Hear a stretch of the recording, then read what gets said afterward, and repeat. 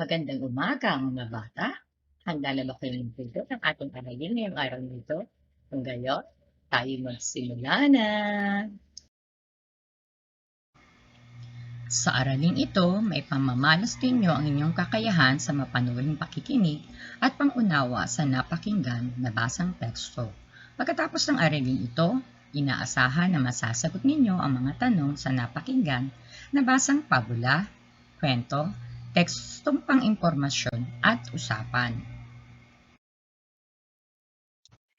Bago tayo magsimula, ay magbalik-aral tayo. Ano ang pabula at ang mga elemento nito? Ano-ano ang mga pabulang nabasa o napakinggan mo? Magaling! Ang pabula ay isang uri ng panitikan kung saan ang mga hayop ang gumaganap na tauhan. Ang mga elemento sa pabula o kwento ay ang mga sumusunod: tagpuan, tauhan, simula, tunggalian, kasukdulan, at wakas. Ngayon ay subukin natin kung hanggang saan ang inyong nalalaman sa ating aralin. Iugnay ang tamang sagot sa hanay A tungo sa hanay B. Ngayon ay ating sagutan ang inyong mga ginawa. Sa unang bilang, ano ang inyong sagot? Tama!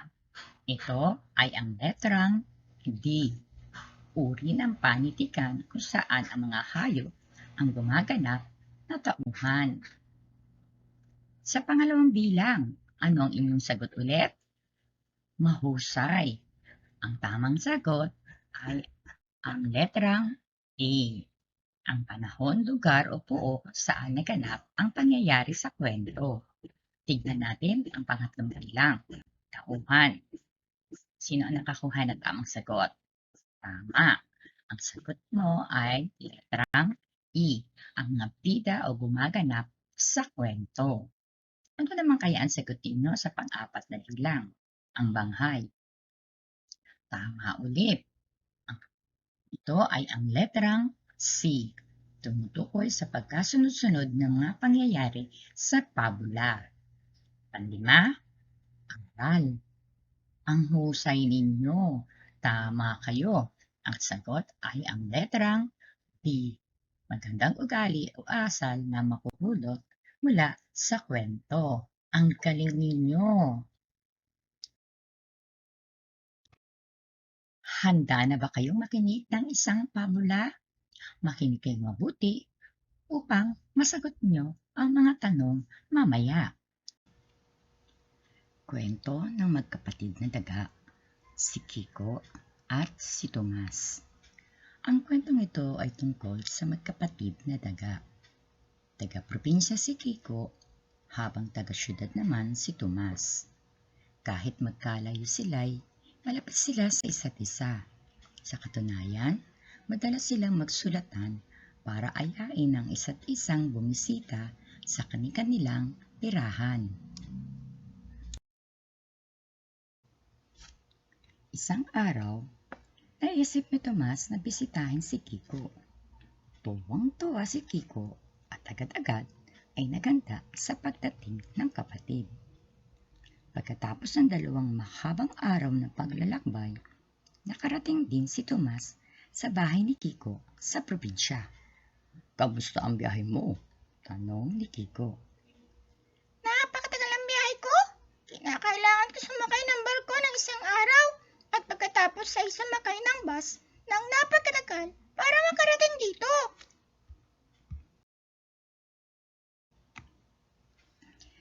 "Natutuwa akong makarating din dito, pero sobra akong napagod at nagutom," sagot ni Tomas. "Halika, kumain ka at magpahinga," aya ni Kiko. Nagsalo sa hapunan sina Tomas at Kiko. "Ito lang ba ang kinakain mo, Kiko? Mais at munggo?" tanong ni Tomas. "Ayaw mo ba ng mais at munggo? Pwede ka rin kitang ipaghanda ng iba't ibang uri ng gulay o di kaya ay prutas," sagot ni Kiko. "Wala bang keso? Sa syudad, Napakaraming uri ng keso ang pwedeng kainin. Napakasarap ng mga kesong natikman ko. At nanggaling pa ang mga iyon sa ibang bansa. Mamalaki na Timas. Talaga? Parang gusto ko nang pumunta sa syudad. Parang lang tikman ang mga kesong sinasabi mo. Sabi ni Kiko. Bakit hindi? Bisitahin mo ako minsan. Aya ni Tomas. Napakasaya ng magkapatid na magkasama silang muli. Kinabukasan, madaling pa lang ay gising na si Kiko at handa nang magtrabaho. Ang aga mo namang kumising. Sabi ni Tomas na humihikap-hikap pa. Maaga talaga akong gumising para marami akong matapos sa trabaho bago magtanghali. Sagot ni Kiko. Mas mainit kasi ang araw kapag magtatanghali na.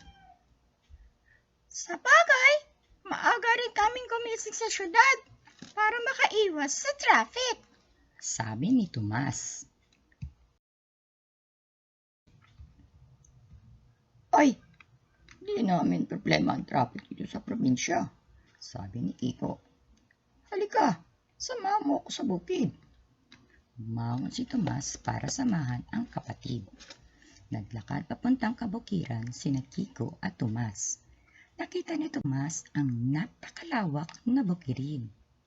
Iilan lang ang nakita niyang bahay. Walang matataas na gusali tulad ng sa syudad at wala ring gaanong tao. Kiko, kaunti lang ba ang tao rito? Tanong niya sa kapatid. 15,000 katao ang kabuang populasyon ng bayan namin. Sagot ni Kiko. Aba, kaunti nga ang tao rito. Sa syudad namin, mahigit sa 1.6 million ang tao. Sabi ni Tomas. Milyon? Ang dami namang tao doon. Siguro, siksikan kayo. Sabi ni Kiko. Ay, oo naman. Siksikan talaga. Saan ka man magpunta? Sa syudad, wala kang masyadong makikitang malalaking espasyo tulad nitong kabukiran. Sabi ni Tomas habang nakatanaw sa bukid. At marami kaming matataas na gusali. Dagdag pa ni Tomas. Naku, ang saya sigurong makakita ng matataas na gusali. Sabi ni Kiko nang may pananabik. Pagkatapos magtrabaho sa bukid, ay umuwi na ang magkapatid sa bahay ni Kiko. Ang hirap ng ginawa natin. May mabibilhan ba tayo ng malamig na inumin? Tanong ni Tomas. 3 kilometro ang pinakamalapit na tindahan dito. Sagot ni Kiko. Ano? Ang layo naman nun. Meron bang taxi rito? Tanong ni Tomas. Walang taxi rito. Pero pwede tayong mag-abang ng tricycle kung sakaling may dumaan. Sagot ni Kiko. Baka dapat magsimula na tayong maglakad. Sabi ni Tomas. Naglakad silang papuntang tindahan para makahanap ng malamig na maiinom. Sa syudad na tinitiran ko, laging may malapit na tindahan. Kung kailangan mong pumunta sa isang lugar, pwede kang sumakay ng bus, tricycle, jeep, o kaya MRT. Sabi ni Tomas. MRT? Ano yun? Tanong ni Kiko.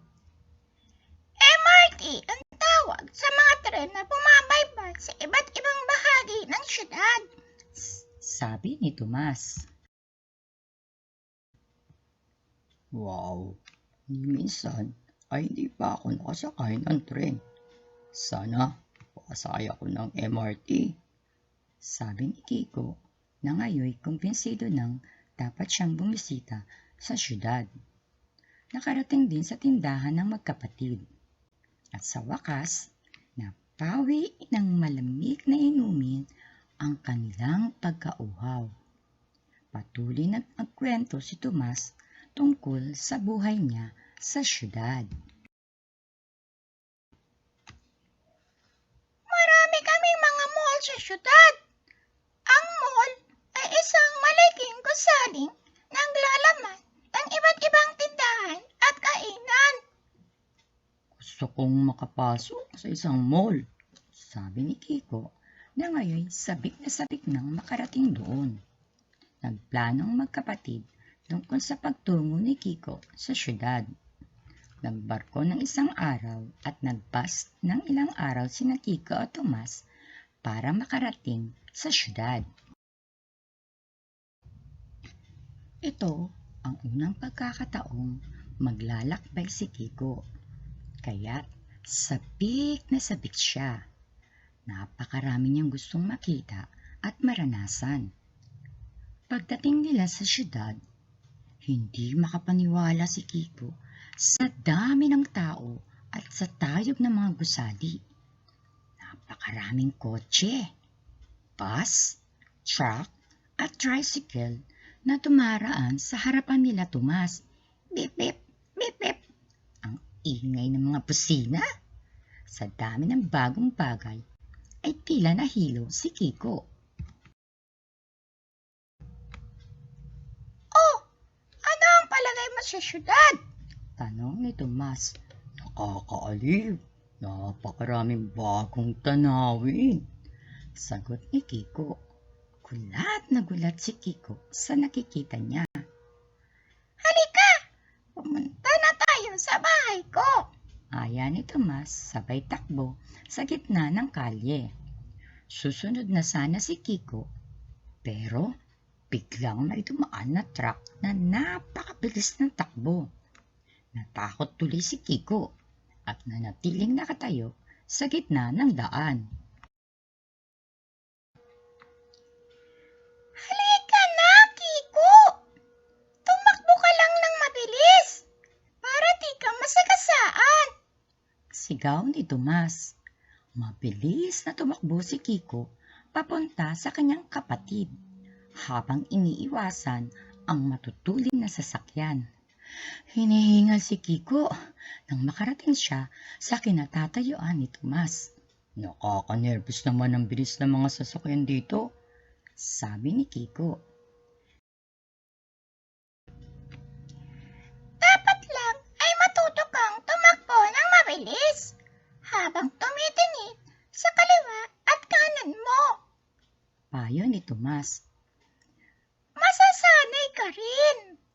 Pero sa palagay ni Kiko, hindi siya masasanay sa ganito.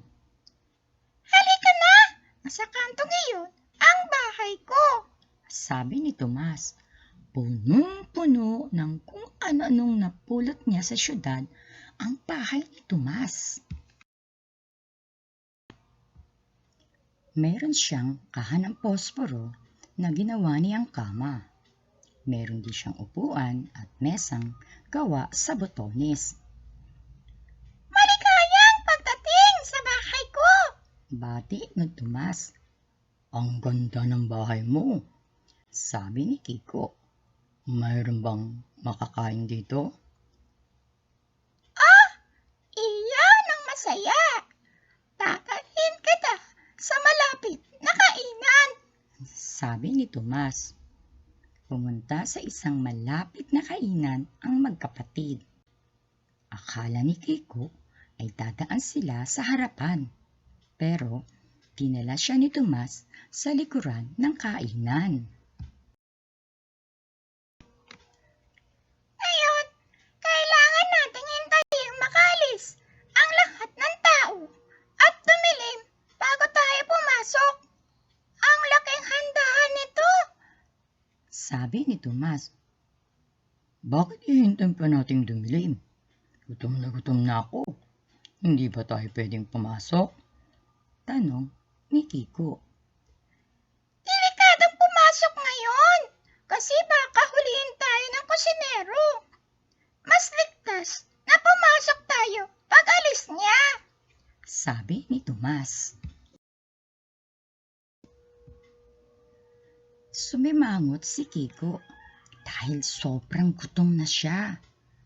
Pagkatapos ng ilang oras, namatay ang ilaw sa kainan. Ngayon, pwede na tayong pumasok. Bulong ni Tomas kay Kiko. Sabay pasok sa isang siwang sa bintana. Sinundan siya ni Kiko na kabadong-kabado. Tumalon si Tomas patungong kabinet. Sinundan siya ng kapatid. Sa loob ng kabinet ay may mga garapong may lamang tsokolate, candy, biskwit at cupcake. Mayroon din isang malaking bloke ng keso. Wow! Ang daming pagkain!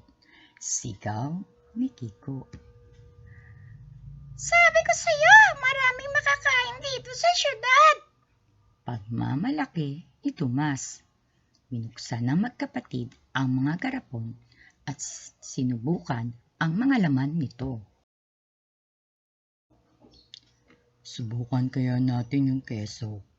Tanong ni Kiko. Kasalukuyang inangat-ngat ni Tomas ang plastik na nakabalot sa keso nang biglang suminti ang ilaw. Narinig nila ang isang napakalakas na boses at ang tunog ng mga nagbagsakang kaldero at kasirola. Bumalik pala ang kusinero. May nakalimutan siya sa kusina.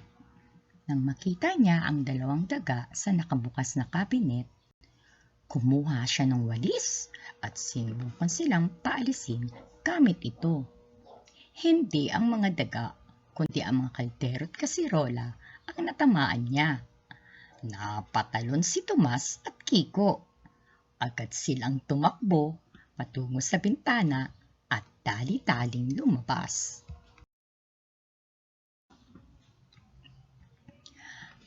Tumakbo sila hanggang makarating sila sa bahay ni Tomas. Muntik na tayong mahuli ng kusinero.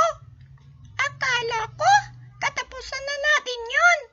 Sabi ni Tomas. Magpapaalam na ako sa iyo, mahal kong kapatid. Sabi ni Kiko. Bakit aalis ka na agad? Tanong ni Tomas. Nakakalima ng buhay dito sa syudad. Mas gusto kong manirahan sa probinsya. Doon ay pwede akong kumain ng mais at munggo ng mapayapa at walang takot. Sagot ni Kiko. Kinabukasan ay umuwi na sa probinsya si Kiko. Nangako naman si Tomas na bibisita sa kanya ng madalas. Nagustuhan niyo ba ang ating kwento? Tignan natin kung naintindihan niyo nga. Sagutin ang mga tanong sa loob ng kahon. Isulat ang sagot sa loob ng bilog. Handa na ba kayo? Sige, bibigyan ko kayo ng ilang minuto. Ngayon ay tignan natin ang inyong mga sagot. Sino kaya ang nakakuha ng maraming tamang sagot? Ano ang paksa ng kwento? Tama, ang magkaibang buhay ng magkapatid na daga. Saan nangyari ang kwento? Mahusay sa bukid at syudad. Paano ba ilalarawan ang buhay ni Tomas sa syudad? Magaling, magulo, maingay, patakbo-takbo at patago-tago. Anong uri ng buhay mayroon si Kiko? Tama, tahimik at sagana sa mga sariwang pagkain. Anong pag-uugali ang pinakita ng magkapatid? Napakagaling niyo talaga, nagmamahalan at nagtutulungan. Mahusay kayo talaga. Ibig sabihin, naiintindihan niyo ang ating aralin. Sagutan naman ninyo ngayon ang ikalawa nating pagsasanay. Sagutin ang mga sumusunod na tanong, isulat ang inyong sagot sa chat box natin. Alamin natin ngayon kung sino ang nakakuha ng tamang sagot. Una, sino ang dumalaw kay Kiko? Tama, ang kanyang kapatid na si Tomas. Ulitin nyo nga, sino ang dumalaw kay Kiko? Mahusay. Pangalawang bilang, nagustuhan ba ni Tomas ang buhay probinsya sa kanyang sandaling pagdalaw kay Kiko? Ganon din si Kiko sa pagdalaw niya sa syudad? Ipaliwanag ang sagot. Magaling! Hindi nagustuhan ni Tomas ang buhay probinsya dahil hindi niya gusto ang mga pagkain dito at malayo rin ito sa mga tindahan at matataas na gusali.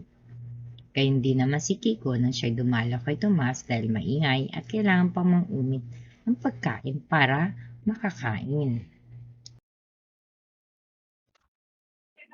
Pangatlong bilang, kung ikaw ang papipiliin saan mo gustong manirahan, sa syudad o sa probinsya. Bakit? Tama. Ang iyong sagot lahat ay tama. 4. Naging hadlang ba ang pagkakalayo ng magkapatid upang di na sila magkaroon ng ugnayan sa isa't isa? Tama ulit. Hindi, dahil yung ako naman si Tomas na bibisita pa rin sa kapatid sa probinsya. 5. Anong aral na po sa kwento? Mahusay. Dapat ay makontento sa buhay ay naman ang uri ng pamumuhay mayroon ka. Pangatlong bilang, kung ikaw ang papipiliin saan mo gustong manirahan, sa syudad o sa probinsya. Bakit? Tama. Ang iyong sagot lahat ay tama. 4. Naging hadlang ba ang pagkakalayo ng magkapatid upang di na sila magkaroon ng ugnayan sa isa't isa? Tama ulit. Hindi, dahil yung ako naman si Tomas na bibisita pa rin sa kapatid sa probinsya. 5. Anong aral na po sa kwento? Mahusay. Dapat ay makontento sa buhay ay naman ang uri ng pamumuhay mayroon ka. Ngayon ay ating inahin at inyong natutunan. Ilahad ang kwento, sagutan ng bawat metaphor ng tamang sagot. Handa na ba kayo sagutan ang ating pagsasanay? Simulan na natin. Saan naganap ang ating kwento? Tama, sa probinsya at syudad. Sino-sino ang ating mga tauhan? Sina Kiko at Tomas. Nakuha niyo ba ang tamang sagot? Saan nagsimula ang ating kwento? Ito nagsimula sa pagdalaw ni Tomas kay Kiko sa probinsya. Ano ang naging suliranin o gusot nila sa kwento? Tama, ang pang-uumit ng pagkain ng Kiko at Tomas sa syudad. Ano ang naging kasimula ng ating kwento? Tama ulit, ang muntikan ng pagkakahulog ng Kiko at Tomas. Ano kaya ang naging wakas ng ating kwento? Mahusay ang pagbabalik ni Kiko sa probinsya. Binabati ko kayo at kayong lahat ay nakakuha ng tamang sagot. Ano ang dapat nating tandaan? Ano man ang uri ng pamumuhay meron tayo, dapat ay makontento at magpasalamat na lang tayo. Ulitin nyo nga, tama, sana isabuhay mo yan. At ano naman ang mga dapat ninyong tandaan para mabigyan ninyo ng kahulugan ang kinikilos at pananalita ng ating mga tauhan? Sige nga, tama, pakinggan at unawain mabuti ang kwentong pinakikinggan upang maibigay ninyo ang katangian ng mga tauhan. Para sa ating pagtataya, ibigay ang katangian ng mga tauhan batay sa kanilang kinikilos at pananalita. Pakinggan ang audio ng pabulang ang agila at ang uwak. Isulat ang inyong mga sagot sa karapatang bilog. Para sa ating pagtataya, ibigay ang katangian ng mga tauhan batay sa kanilang kinikilos at pananalita. Pakinggan ang audio ng pabulang ang agila at ang uwak. Isulat ang inyong mga sagot sa karapatang bilog. Para sa ating pagtataya, ibigay ang katangian ng mga tauhan batay sa kanilang kinikilos at pananalita. Pakinggan ang audio ng pabulang ang agila at ang uwak. Isulat ang inyong mga sagot sa karapatang bilog. Maraming salamat. Sana'y mayroon kayong natutunan. Hanggang sa muli nating pagkikita. Paalam!